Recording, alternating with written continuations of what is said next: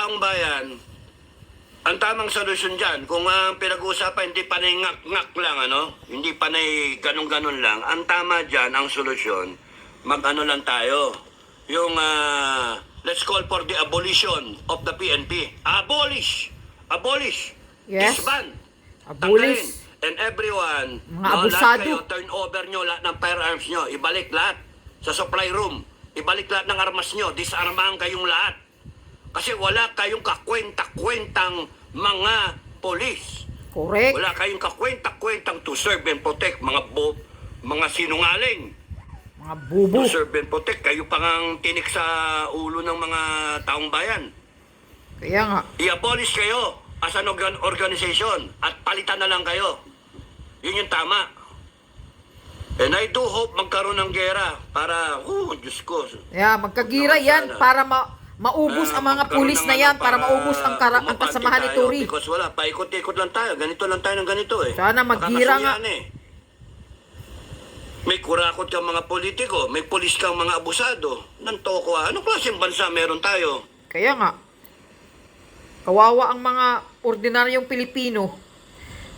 Kaya nga, dapat magkagira na eh. Kanina, pinapanood ko yung na yan eh. Para ubos ang mga abusadong pulis. Kung ako natapatan na Task Force Davao Commander, puta to hell with it. Pupuntahan ko yan, i-deploy ko lahat ng sundalo ko, didisarmahan ko lahat yan. Putang ina nyo, hayop kayo. Correct. Didisarmahan ko lahat. Mag-away na tayo. Gusto nyo, magbarilan tayo. Malalaman kung sino yung matibay eh. Pero kung ako yung natapat na Task Force Commander dyan, na military commander dyan, to hell with yung mga na yan, yung mga congress na yan, yung mga kayo lang ang may power na magdeklara. Hindi, ako mismo magdedeklara ako. Dideklara kong illegal yung ginagawa ninyo. Correct, illegal naman talaga. Pang-aabuso. Disarm everyone. Kung ayaw ninyo mag-disarma, you prepare to die. We will fight it out. Yeah, magbarilan kayo. Tatapang ninyo eh. Puto mga sibilyan na dapat kayo nagpo-protect eh. Tapang si Tory kasi may baril. No? May mga pulis na kasamahan. Kaya tapang lang yan. Pero pag mag-iisa lang yan, mag-isa ka lang Tory, walang baril. The people Diyos ko of po. this country.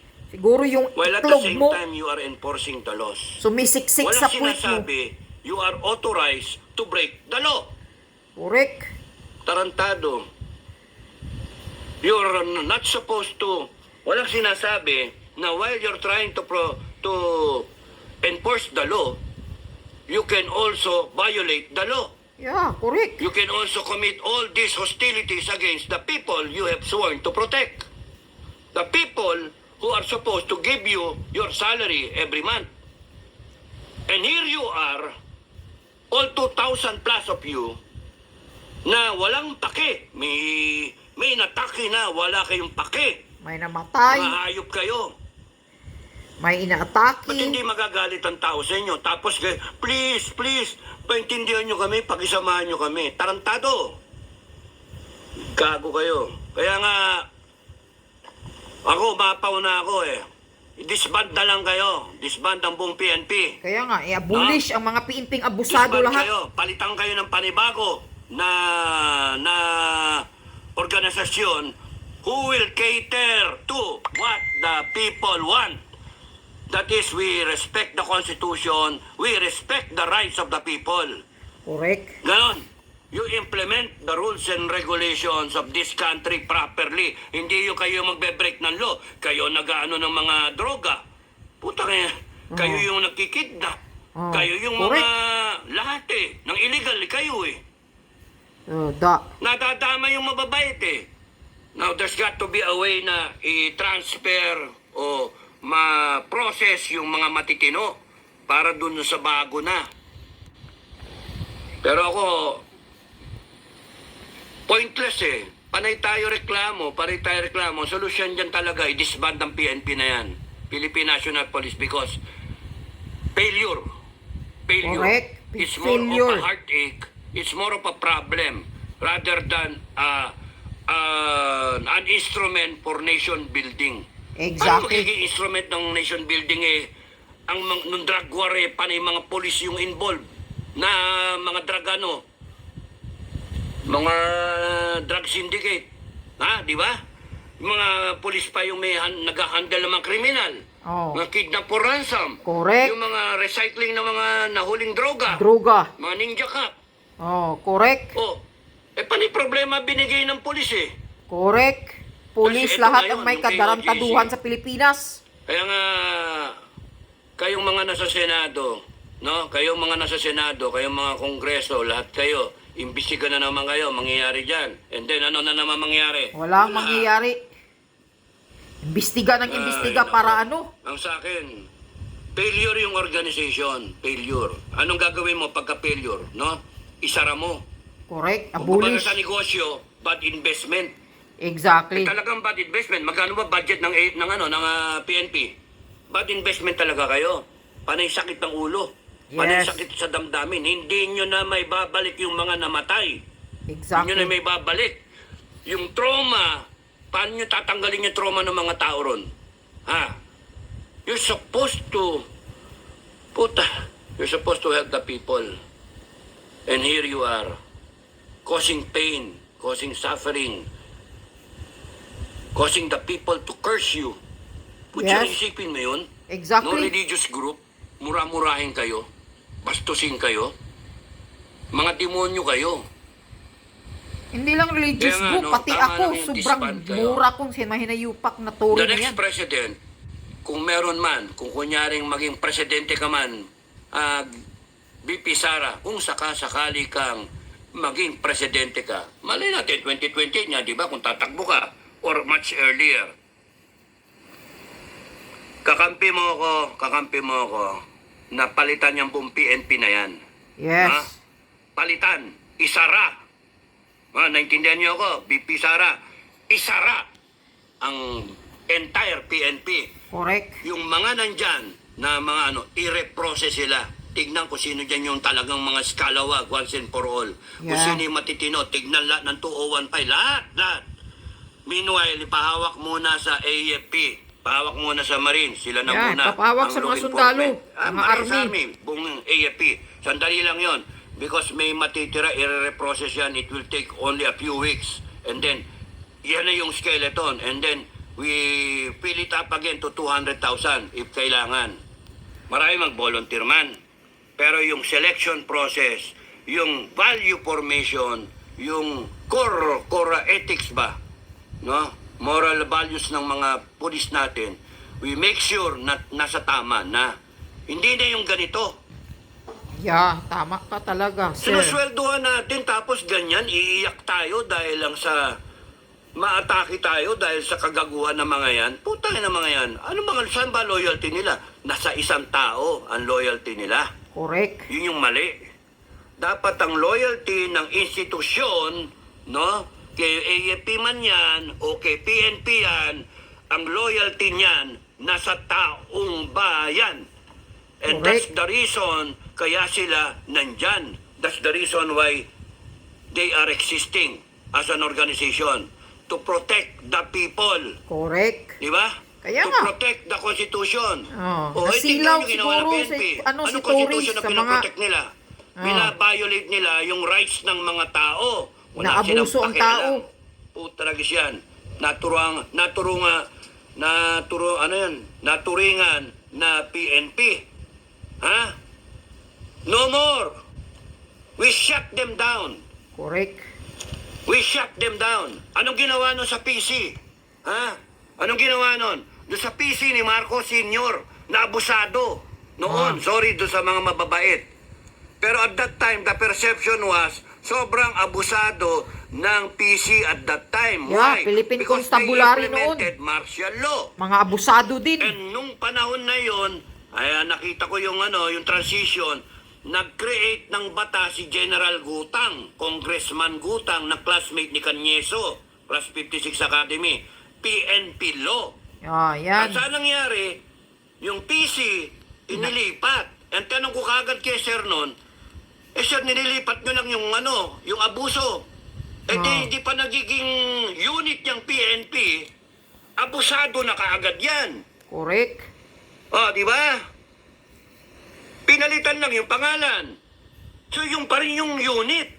Yung pa rin yung Oh, abusado exactly. na organization. PC na Sir, become magiging PNP. problema yan. Kaya Sabi ko pala, sa kanila.